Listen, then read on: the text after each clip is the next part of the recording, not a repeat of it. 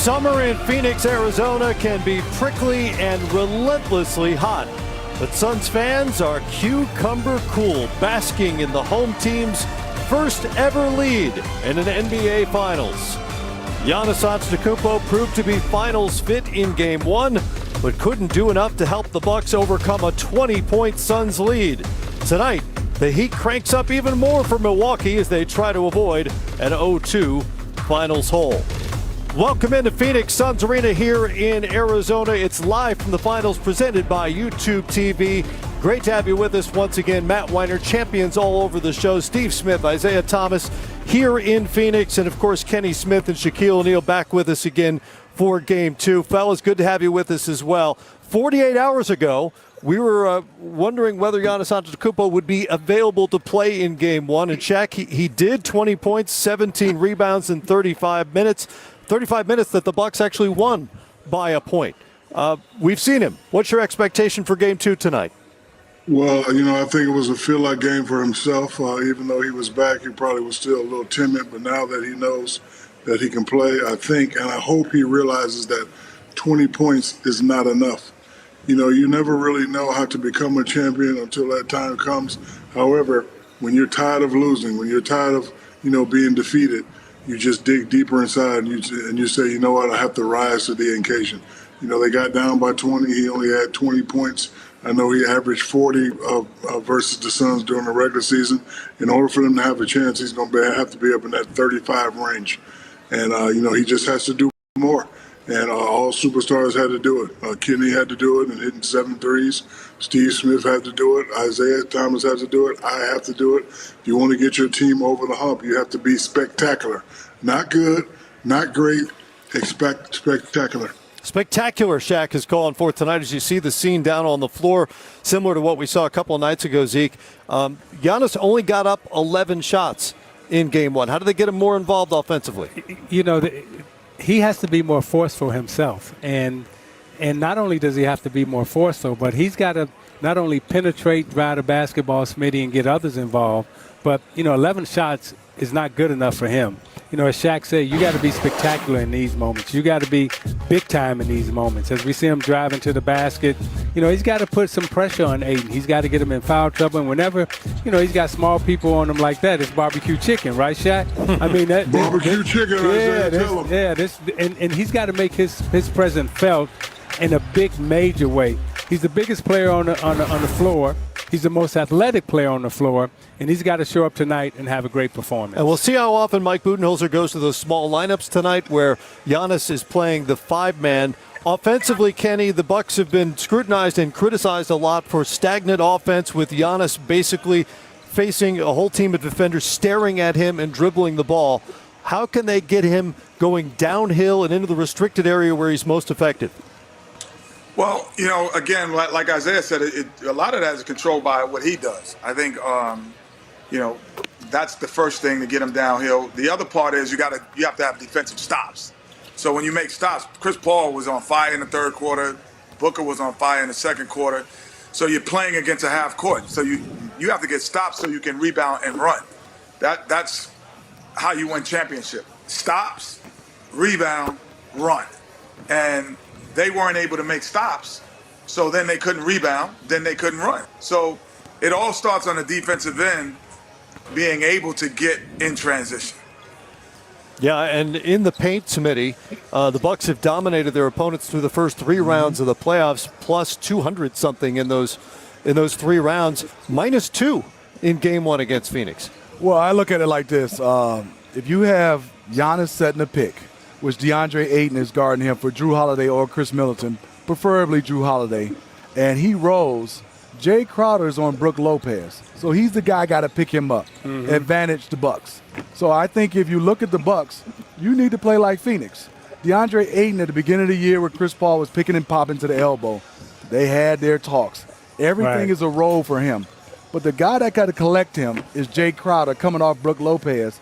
I'm taking my chances, Giannis rolling downhill with the basketball on the pick and roll. It's simple, but Isaiah, if you set that pick and Giannis, as athletic as he is, he's a bully when he catches it. He catching it one dribble dunk I'm going him downhill, and the help guy is Jay Crowder. They should win that matchup. Yeah. Well, and Kenny, that goes to another question I was going to ask you, because you were talking about them not being able to run in game one. In a half-court set, does it make more sense to you to start the offense with Giannis having the ball in his hands, or finish it with Giannis having the ball in his hands? Well, he's the best finisher without question on the team. So finishing it is probably the most important thing. However, where do you start him with the basketball is what Coach Bud has to figure out. Because every time it seems that they have a team that kind of can force them into a wall, so to speak, they have a lot of difficulty. I just thought the Atlanta Hawks weren't physical enough to probably beat them. They were more talented. Even without Giannis, they were able to, close out 2 games.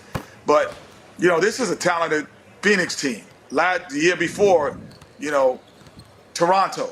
Those teams that are physically matching them, they have to change their offense and create opportunities for him in different areas of the floor. And I always say, he could UCLA cut. He could start the offense, but he could UCLA cut, which means you pass and you dive to the box. And then all of a sudden he's one dribble away from a dunk or an easy pass outlet to a shooter.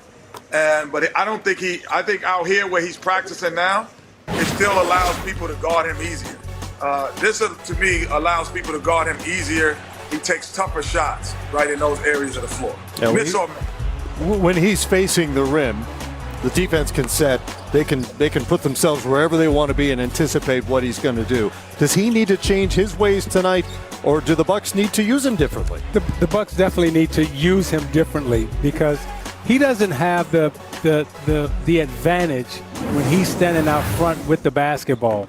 And when you're standing out front with the basketball, really there's 5 defenders in front of you that you're looking at, because you can see all of them.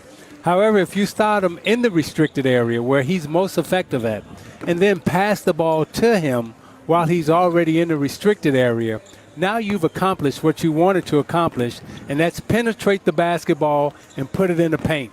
You can get into the paint by dribbling the ball into the paint for penetration, or you can pass it into the paint for penetration.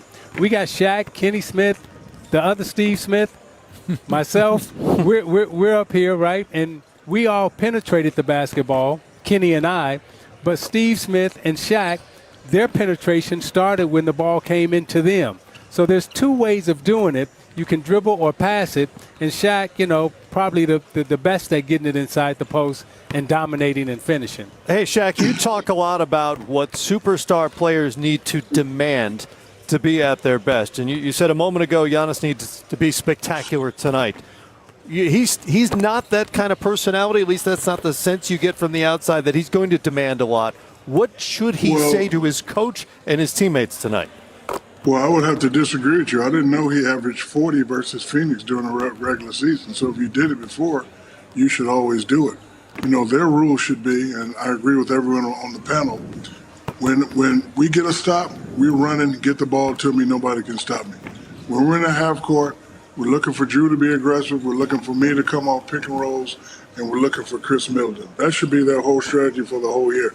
Him out here shooting threes and shooting free throw line jumpers, I don't think that's effective for him.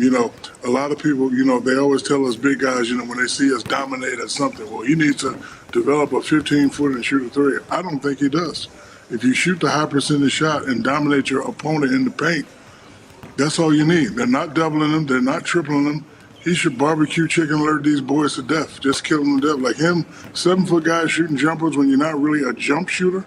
Look, he's not Dirk. He's not Garnett. He's not Tim Duncan. He's Giannis. He's known for bully basketball, so he should definitely focus on that.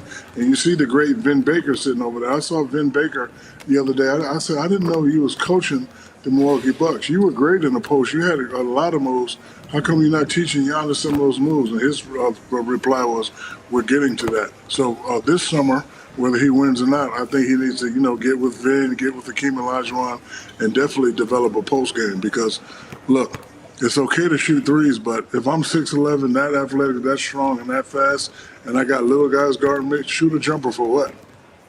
Shaq, how dare you disagree with me?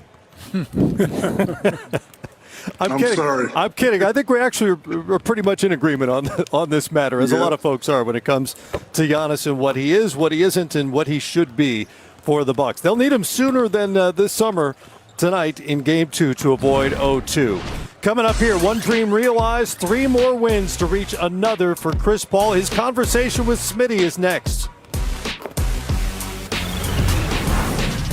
In game 1, yeah, y'all scored. But to me, did everything you were supposed to do on the defensive end. Talk to me about that. One thing about our team is we have our principles. Going into every game, we're going to know we want to do this, we want to do that. And there's a trust level that we all have. So guys bought in and they realize, and we say it over and over in the huddle, yeah, we can shoot, yeah, we can score, but the way you really break down teams is you get stops, and that's what we believe in.